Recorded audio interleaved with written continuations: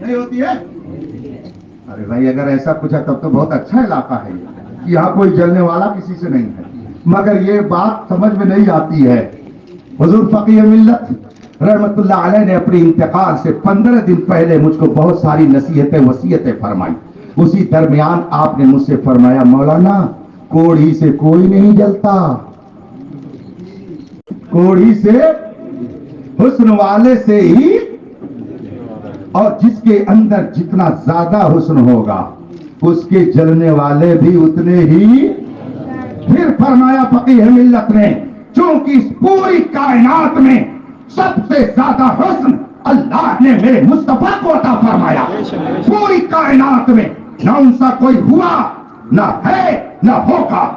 یہ میں نہیں کہتا، یہ قرآن کہتا ہے، یہ میں نہیں کہتا، یہ حدیث کہتی ہے، یہ میں نہیں کہتا، یہ جبریل کہتے ہیں۔ یہ بولے سدرا وعدے چمنے جہاں کے تالے سبھی میں نے چھان ڈالے، تیرے پائے کا تجھے ایک نے ایک بنایا۔ حضور فقیہ ملت فرماتے کہ جس کے اندر جتنا زیادہ حسن ہوتا ہے اس کے جلنے والے بھی اتنے ہی۔ پوری کائنات میں سب سے زیادہ حسن اللہ نے میرے مصطفیٰ کو عطا کیا، تو جلنے والے بھی انہی سے زیادہ پائے جاتے ہیں، ہے نا؟ مگر جلنے والوں کے لیے قرآن نے پہلے اعلان کر دیا قل موتوا بغیظکم، قل موتوا بغیظکم، اے میرے محبوب ان سے کہہ دو غیظ میں حسد میں مر جاؤ، مر جاؤ، مر جاؤ، مر جاؤ گے۔ مگر میرے محبوب کی شان کیا رہے گی؟ عرش پہ تازہ چھیڑ چھاڑ، فرش پہ ترپا تھوم تھام، کان جدھر لگائیے تیری ہی داستان ہے۔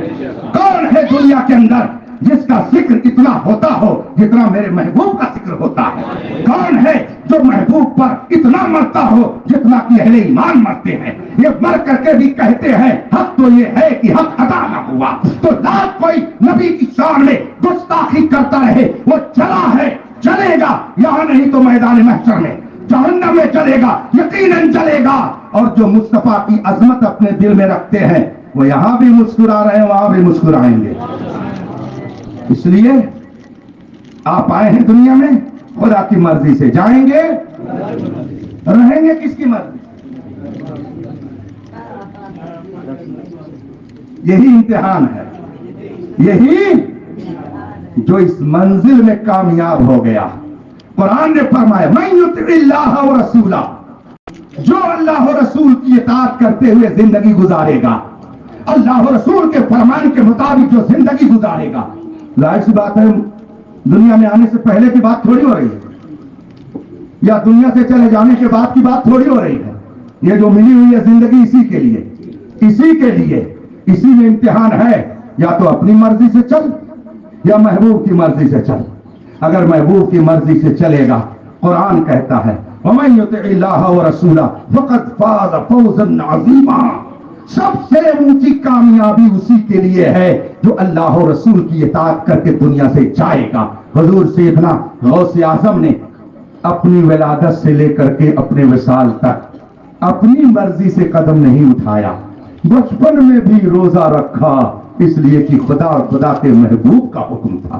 جو ولادت سے لے کر کے وفات تک اللہ و رسول کی مرضی کے مطابق زندگی گزار کے جاتا ہے، وہ دنیا میں غوث اعظم بن کے چمکتا ہے، پوری دنیا کے لوگوں کی وہ مدد کرتا ہے، اور رب اسے اتنی طاقت دے دیتا ہے کہ وہ رہے گا بغداد میں مگر حکومت کرے گا ہندیوں کے دل پر، وہ رہے گا بغداد میں مگر اس کی عظمت کا سکہ زمین کے نیچے بھی چلے گا، انسانوں پہ بھی چلے گا، جناتوں پر بھی چلے گا، انسانوں کے درمیان بھی اس کی عظمت کا گن گایا جائے گا، فرشتوں میں بھی اس کی عظمت کا تذکرہ کیا جائے گا۔ وہ شان ہے سیدنا غوث اعظم کی۔ آئے اس کی مرضی سے، جائیں گے اس کی مرضی سے، رہیے بھی اسی کی مرضی سے رہیں گے تو کیا ہوگا؟ کیا ہوگا؟ جب جانے لگیں گے، اما صاحب جائے گی، ابو جائیں گے۔ دنیا میں سب سے زیادہ محبت کرنے والی ماں بھی ایک ایسی عورت ہے، ماں سے زیادہ بیٹے سے محبت کرنے والی کوئی ہستی نہیں ملے گی۔ بیٹا اگر ماں سے جھگڑا کر کے گھر سے نکل جائے اور کہے میں جا رہا ہوں، ماں غصے میں کہہ تو دے گی جا، لیکن جو ہی وہ باہر جائے گا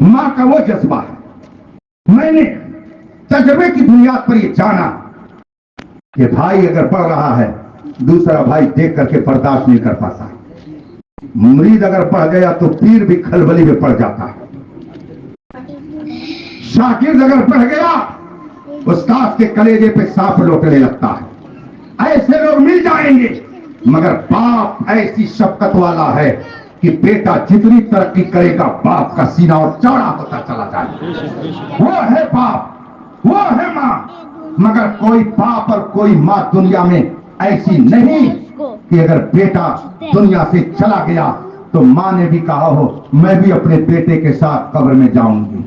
کوئی ماں نہ ملے گی، کوئی باپ نہ ملے گا، کوئی بھائی نہ ملے گا، کوئی ساتھی نہ ملے گا، کوئی محبوب نہ ملے گا، کوئی دوست نہ ملے گا کہ جو قبر کی کاری کوٹھری میں آپ کے ساتھ چڑھنے جانے کے لیے تیار ہو، مگر قربان جائیے اللہ نے ایک محبوب ایسا بنایا کہ جس نے اسے اپنا محبوب بنا لیا تو جب سب ساتھ چھوڑ کر کے جاتے ہیں وہی محبوب قبر میں اجالا بن کر کے آتا ہے۔ تبھی امام احمد رضا نے فرمایا قبر میں لہرائیں گے تا حشر چشمے نور کے جلوہ فرما ہوگی جب طلعت رسول اللہ ہوگی۔